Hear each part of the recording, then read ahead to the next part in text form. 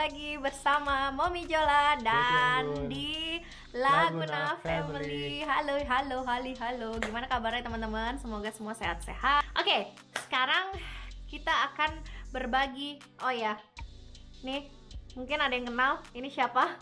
Siapa ya? Ini bisa bunyi guys nih. Mana ya?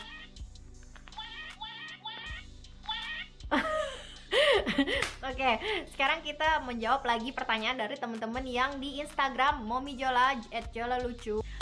Oke, jadi banyak yang sudah membahas tentang cara kuliah kedokteran di Jerman atau cara spesialisasi di Jerman, tapi jarang yang membahas tentang cara spesialisasi atau cara mengambil kuliah kedokteran di luar Jerman. Nah, untuk di sini kita cuman bisa menjawab di Wina karena pengalaman dari Dede Anggun. Kamu kuliah di Wina kan? Yep. Ya. Betul. Iya katanya.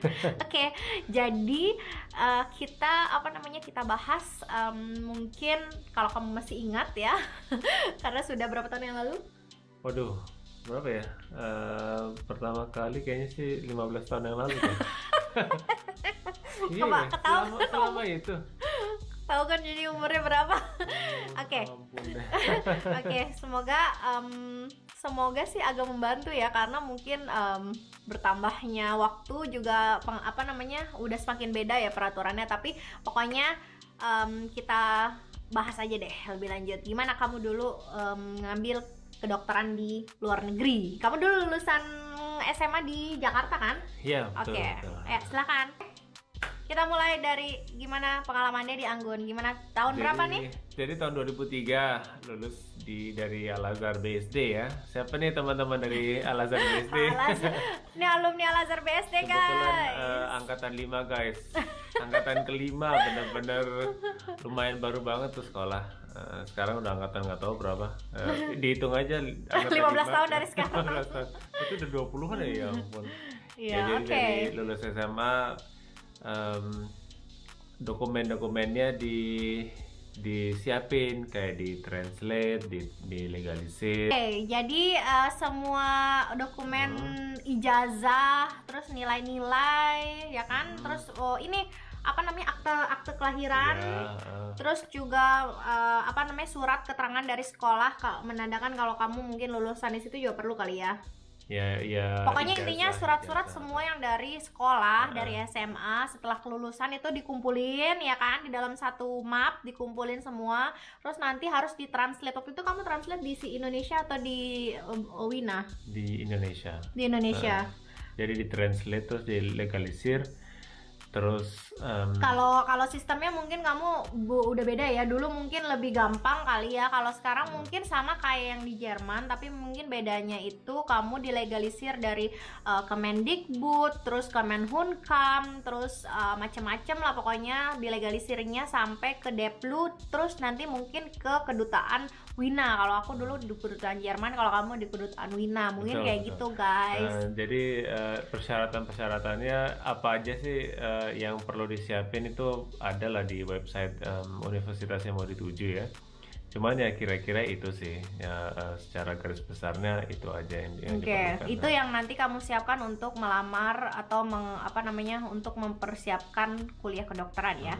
Terus waktu dulu tuh apa aja tahapan-tahapannya? Misalnya kita udah oke semuanya, terus kemana nih kamu kasih? Tapi kebetulan kamu waktu itu udah di Wina ya, jadi untuk visanya kamu alhamdulillah tidak bermasalah karena dulu orang tua juga sempat tugas di Wina. Wah, kok aku yang dijawab gitu? Betul. Jadi tahu semua ya guys ya. Ya jadi kalau yang buat teman-teman yang kasusnya beda, jadi perlu visa yang mungkin sama kayak visa pelajar kali ya. Ya perlu visa pelajar. Jadi perlu visa pelajar. Jadi ngajuin visa pelajar terus menurut aku sih nama visanya sama visa persiapan studi ya. Sama. Jadi visanya dapat 3 bulan dan diperpanjang nanti ketika kamu udah di Wina. Terus abis itu kamu ikut student college gitu nggak sih kayak di kalau di Jerman? Kalau di Jerman namanya student college, kalau di Austria namanya Vorstudienlehrgang atau VWU. Apa sih itu Vorstudienlehrgang atau student college di Jerman? Ini mungkin teman-teman belum pernah dengar. Itu karena kita SMA-nya nggak diakuin ya di di Jerman atau di Austria, jadi itu perlu disetarakan. Jadi dia nggak ngakuin nih fisika, biologi segala macam yang ada di SMA kita itu nggak diakuin nilai-nilainya. Kurikulumnya. Intinya beda ya, jadi harus disetarakan. Nah, Cara caranya penyetarakan itu ini adalah dengan ikut VWU ini. dua semester kira-kira di VWU 1 atau di tahun. student college. Ada yang 1 tahun, ada yang 2 tahun. Tergantung Itu ya. tergantung. Terus apa aja yang dipelajarin di Nah itu VWU? kalau tergantung jurusan yang mau diambil nih guys. Kalau misalnya dalam hal ini gue ngambil kedokteran, perlu ngambil bahasa Jerman, fisika, biologi, sama kimia. Jadi 4 Wow. pelajaran itu nanti Wajib. dalam bahasa Jerman itu jadi kayak kelas gitu. Terus bahan-bahannya benar-benar bahan-bahan SMA, kayaknya sih SMA kelas 2 kelas 3 gitu dirangkum. Terus nanti ada ujiannya. Sebenarnya Nah, mungkin kalau menurut pelajarannya nggak terlalu sulit ya, cuman masalah bahasanya kali ya. ya itu tergantung teman-teman ya guys. Kalau pas SMA teman-teman apa mata pelajarannya mungkin suka, ya mungkin Dan nggak begitu menguasai. susah ya. Tapi kalau dulu lumayan struggle kayak fisika kimia gitu lumayan struggle, ya mungkin agak susah ya. Mungkin susah Tapi banget. tetap lagi tidak ada yang tidak mungkin ya Betul, kan. betul, betul.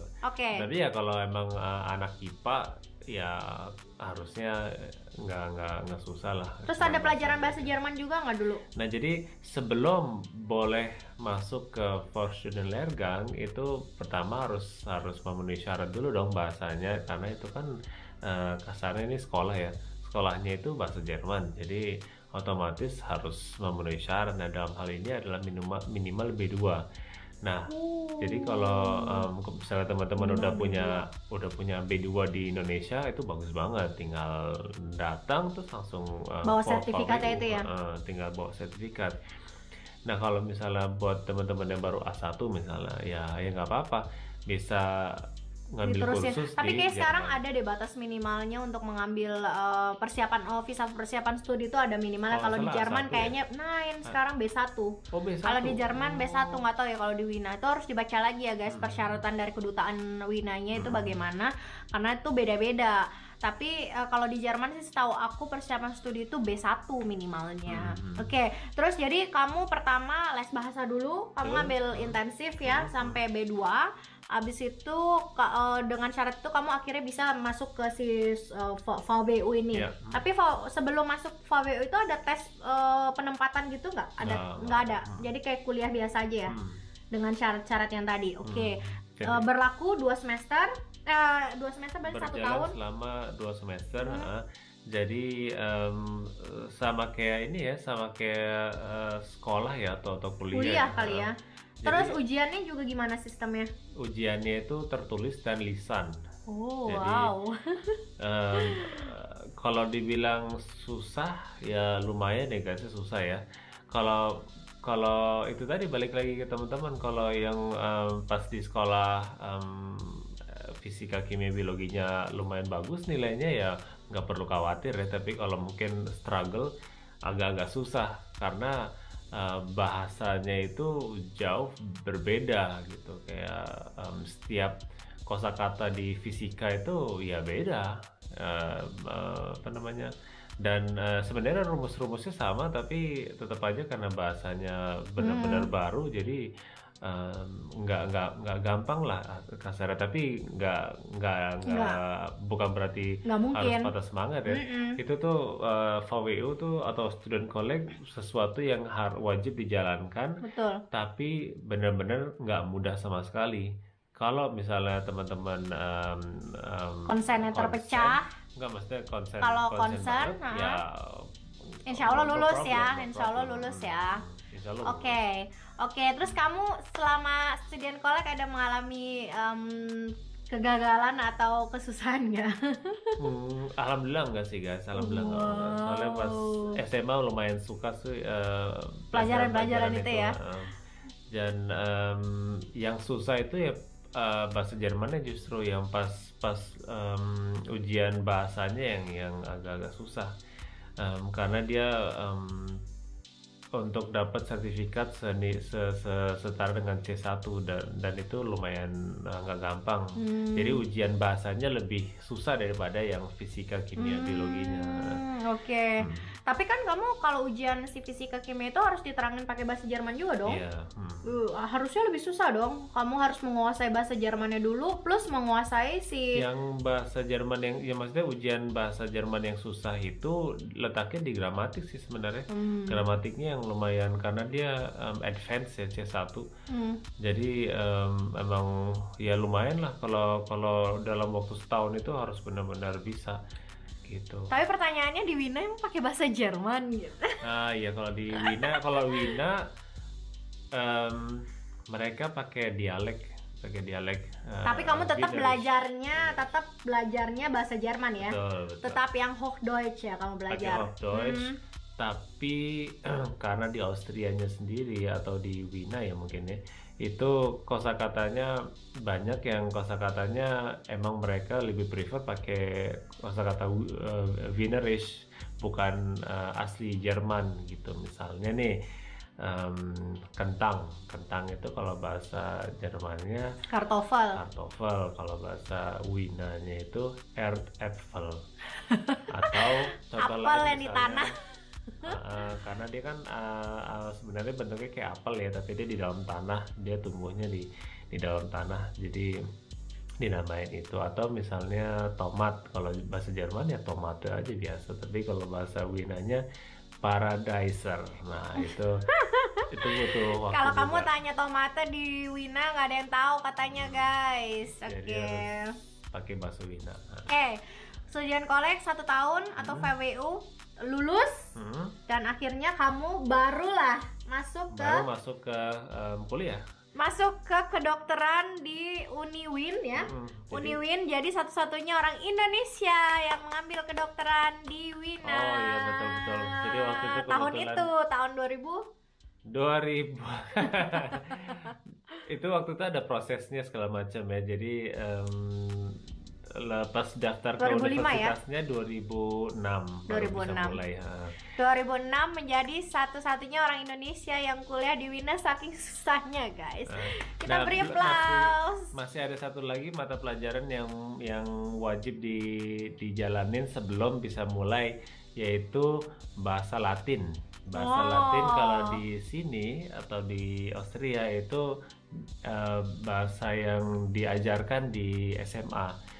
Nah di Indonesia kayaknya sih dari Sabang sampai Merauke kayaknya nggak ada yang ngajarin bahasa Latin ya. Pantesan ya orang-orang di sini tuh tahu bahasa Latin juga ya, karena udah diajarkan ternyata. Oke. Nah,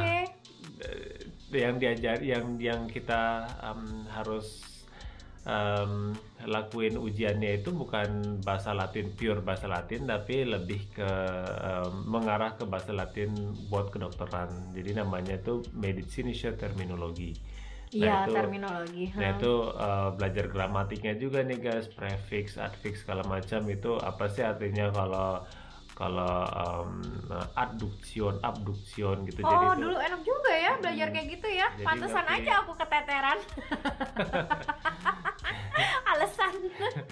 Ternyata harus dipelajarin waktu dulu dia sekolah. Pantesan udah ketancep gitu loh di otaknya. Nanti kalau udah lulus yang itu baru bisa mulai semester pertama di Universitas Kedokteran. Nah gitu guys cara-caranya. Terus berlanjutlah di kuliah kedokteran itu secara umumnya deh gimana sistemnya, berapa tahun preklinik, berapa tahun klinik, terus apakah ada internship kayak di aku, gimana dulu pas kamu itu, inget gak?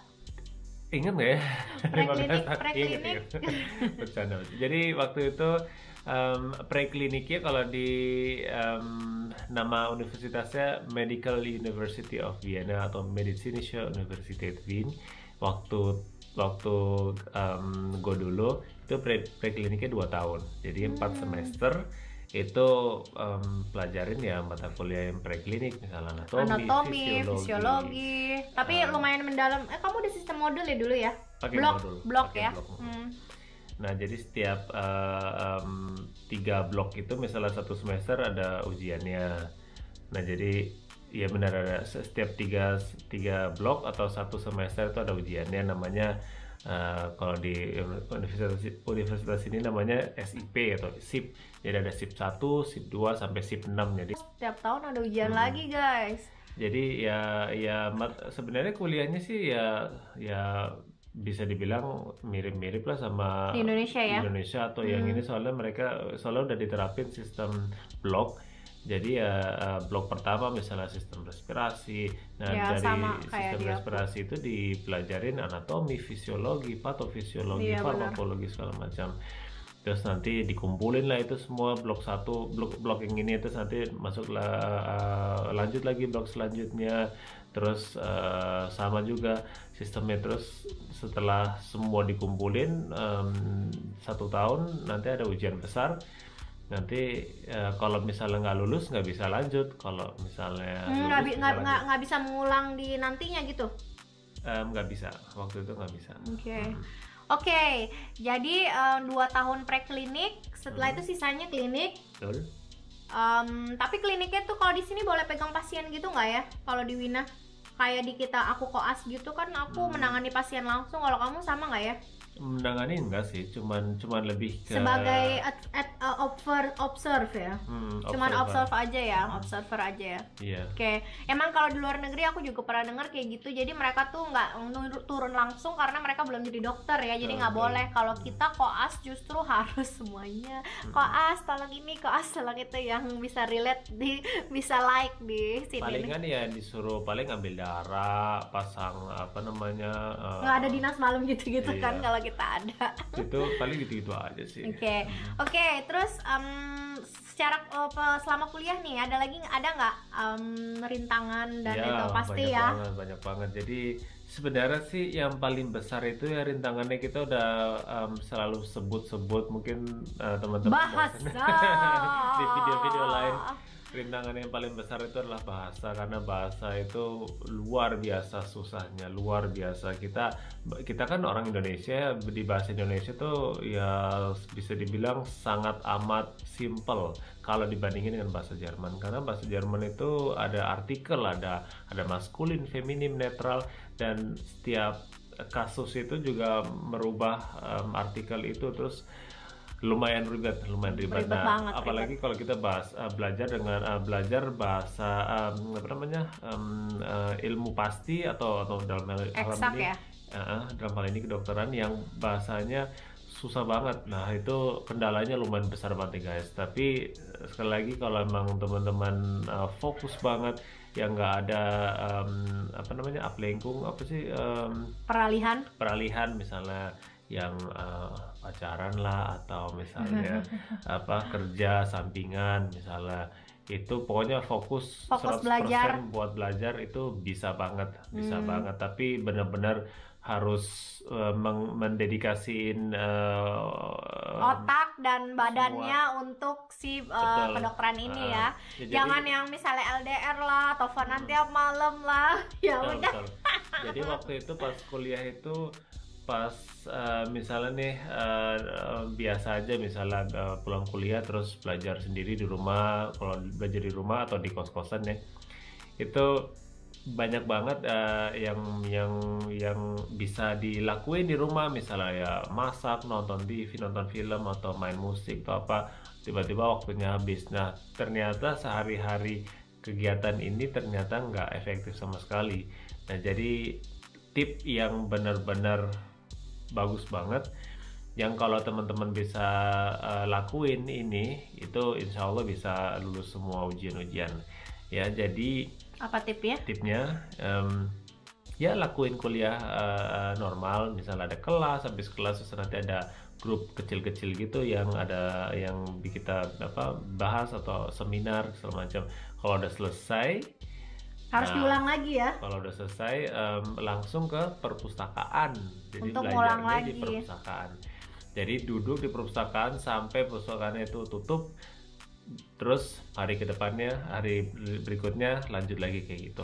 Ada bagusnya sebelum memulai kelas atau memulai teori hari berikutnya itu kita udah baca slide-slide-nya sebelumnya bener. di perpustakaan nih. Sekali lagi jangan belajar di rumah. Emang ada teman-teman yang bisa banget belajar di rumah ya, itu boleh lah.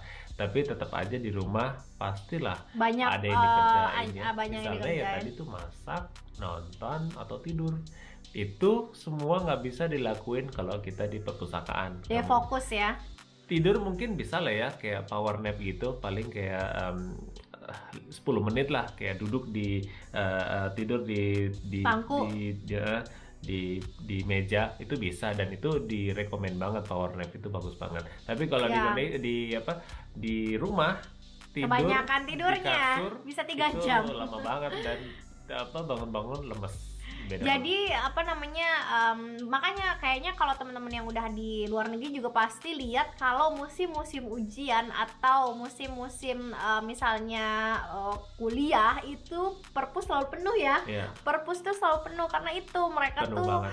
mereka itu selalu belajar di perpustakaan. Karena mereka tuh kalau di sini itu mereka tuh saingan, guys. Jadi Betul. kayak Waduh, saingannya banget. parah banget, dan orang pun itu bisa menjatuhkan kita. Misalnya dia lebih Temen tahu, sendiri ya. dia lebih tahu banyak daripada kita, dan misalnya kita ada diskusi itu kita bisa banget Betul. diajar. Ini ada contoh nih guys, misalnya kita ini lagi lecture nih, lagi Vorlesung ya bahasa Jermannya, lecture. Lagi nyatet nih, terus tiba-tiba ya teman sebelah lah nanya ini, tadi dia ngomong apa sih gitu. Terus nih lihat aja nih catatannya gitu kan. Oh iya makasih gitu kan. Terus udah selesai nih. Terus habis itu tiba-tiba gue bengong nih. Tiba-tiba nggak ini. Aduh, dia tadi ngomong apa ya? Dan mintalah ke teman yang tadi ngelihat. Tadi dia ngomong apa? Langsung ditutupin guys. Ininya apa note-nya. Dalam hati langsung, gila, ternyata kayak gitu ya konkurensinya.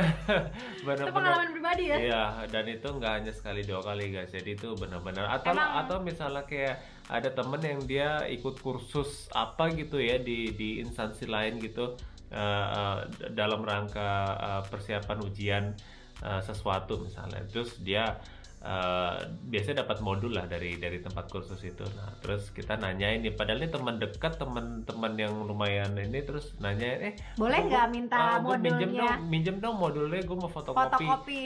Dia bilang apa nih guys jawabannya? Ikut aja kursus di situ. Gue udah bayar, lo ikut sendiri, lo bayar sendiri dong, kenapa gue harus ngasih ke lo? Rugi gue, nggak dikasih sama sekali guys. Habis, jadi ternyata langsung shock lagi nih, wah ternyata kayak gitu ya di sini. Ternyata mereka benar-benar sikut-sikutan, benar-benar nggak ada yang namanya ini teman dekat gue, nggak ada nih, sahabat nggak ada. Kecuali cari temen yang mungkin dari negara lain nih, misalnya dari waktu itu temen deket gue dari Afghanistan, dari Pakistan, atau dari Turki. Itu teman-teman yang mungkin ininya sama kali ya, kulturnya mungkin mirip-mirip, jadi mereka benar-benar